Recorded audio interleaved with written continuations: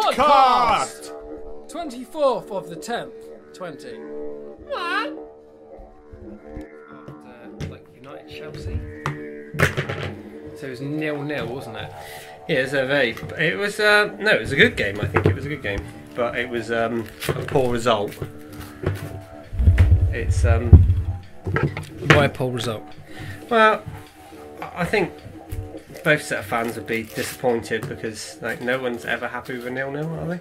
It's kind of a boring game. It's just really. boring. I think, especially given like the climate and everything else at the moment. All you want from football at the moment is excitement, because at the end of the day, I think it's going to be a strange season anyway, isn't it? I think all anyone wants in life is excitement. Like seriously, like not just football. Like you just want to be excited, and like essentially like during like a pandemic or something. They go, what are you doing? Basically, like, well, is this even a pandemic? Like Wales is basically going into like lockdown, isn't it? Is that right? Wales is in lockdown. It's in lockdown. So, like, I went to Wales like with my friend Ian. Let's go and like do a mountain. But when was that? Like sort of 2-3 weeks ago. Three weeks ago to a month ago, right? And I couldn't believe, and I did a post on Facebook about like going like, what the fuck? Like, I'm walking around a supermarket, and you don't have to wear a mask, like in supermarkets. What, in Wales? No, you don't. We didn't. You just didn't, right? So, and also you can also buy hot noodles that are like Thai curry flavour. I've never seen that before. I used to like. There was a Mexican Weird shit going on in Wales, mate. There's a Mexican pot noodle back in probably like early 2000s that I really liked, but it wasn't popular enough, so it didn't make the cut. It was probably the best pot noodle they've ever made, though. Really? Yeah, it's like How would you rate pot noodles? I really like Bombay Bad Boys. Bombay Bad Boys at present are number one, but the Mexican one was better than that. Okay, so so in current, I would go. So what is there? There's Bombay Bad Boy at number one. Like the normal curry one at number two. Really? So you just like curry flavoured pot noodles? I think they all taste shit, but at least you want like the lack of the loss of sensation. So it's like the heat.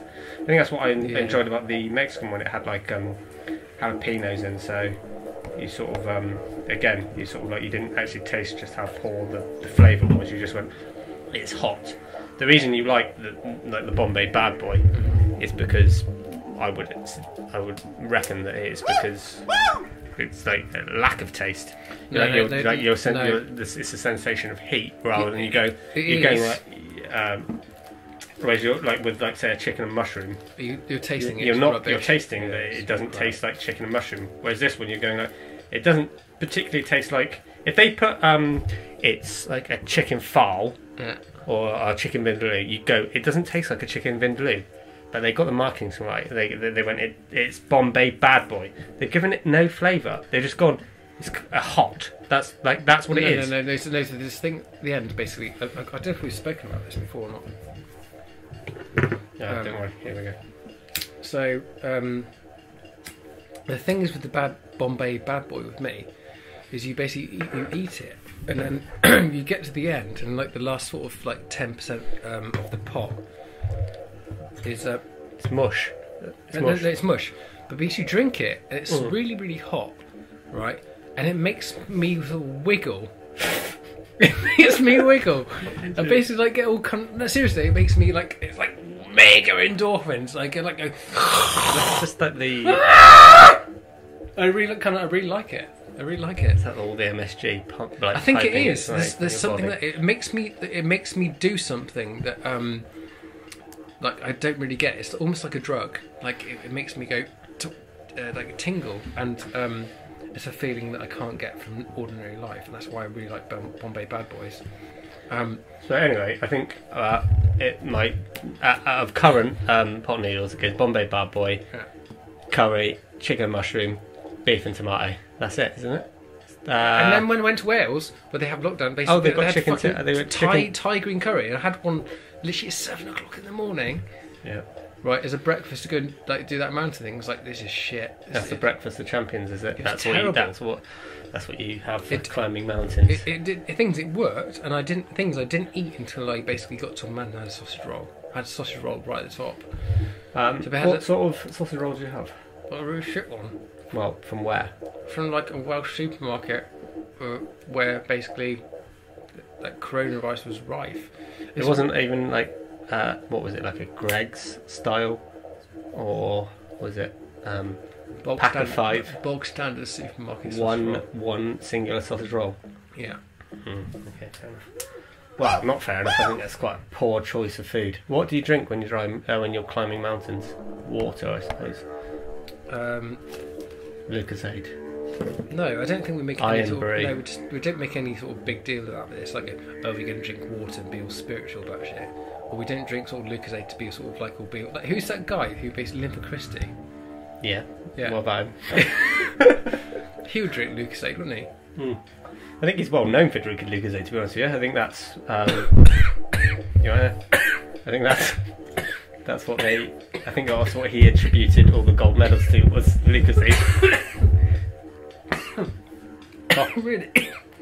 I don't think he did attribute it. I think it's just being fast. That's what he attributed it to, and going on the B of the bang. Right there. So anyway, so you don't climb mountains to be a hipster. No, you don't drink water or Lucozade. I think what happens, I have orange juice or something. It's like sugar, isn't it? Or did you have orange juice? That's probably orange juice. It's like fluid and sugar and stuff. That's all you need. Okay, yeah, fair enough. And a bit of noodle, because like noodles is good carbs, isn't it? I really want to go up to Skye very, very soon, if I'm honest. To climb mountains, you want to go to Skye to climb mountains, to get closer to Skye. That makes sense, doesn't it? Yeah, it does make sense, yeah. But I can't do it at the moment. There's too much stuff going on. Right, I think it should be noted that we're both drinking Stella at the moment from Belgium. I really like Stella. Premium lager beer. Never used to like Stella. No, it's not my favourite of all. I still think I just enjoy Carling and Foster's. I've never grown out of that sort of. Can you remember when it was like £1 a pint at Go Straight? I remember a 150. No, I do remember a pound a pint because Kev used to stack his pound coins up. Yeah, of course, yeah. It was good. It was good to be able to stack pound coins and know exactly how much you're going to spend. I don't think. I think it was the younger we go, the more uniform the price was as well. Like now, I'm always baffled. I never really know how much a pint is going to cost where I go. So it was always pretty much £1 a pint wherever we went, and then obviously as you go older, you go like £4.50 or something, isn't it? It's usually I don't know, like about £3. It's like about, and that's my point. It's about £3 to about £4.50 a pint. We go to working men's clubs, Doug.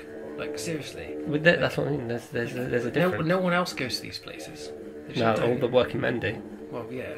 Well, all the working men. No, they don't. Like most working men go to like sort of nice places. We just go to grotty places to watch football, and it's £3 a pint. Yeah, well, yeah, that's true. What do you think people want to hear from a podcast? I have no idea. Obviously, we're just talking about kind of stuff. I suppose that's essentially what a podcast is, really. But I don't really know what the pod of podcast means, to be honest with you. Didn't you say that basically it should be called a bodcast?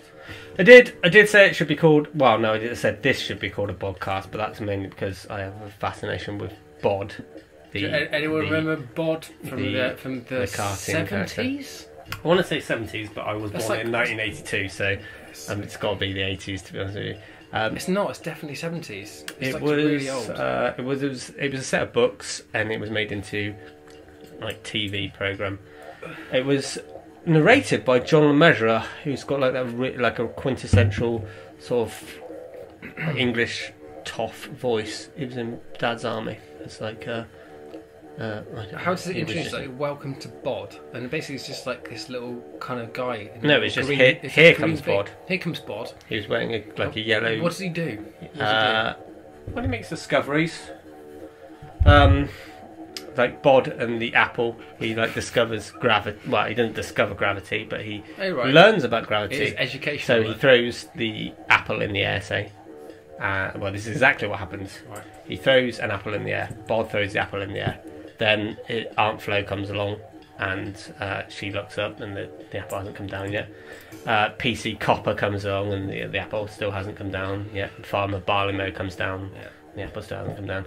And then the postman, I think his name's Frank the postman, comes, and the apple still hasn't come down. They all leave, and then the apple finally comes down and like bonks Bod on the head. It was so you'd learn things like that. You'd learn educational. It was slightly educational. On TV, it was followed by like a milkshake program. There was like a frog who he had an orchestra.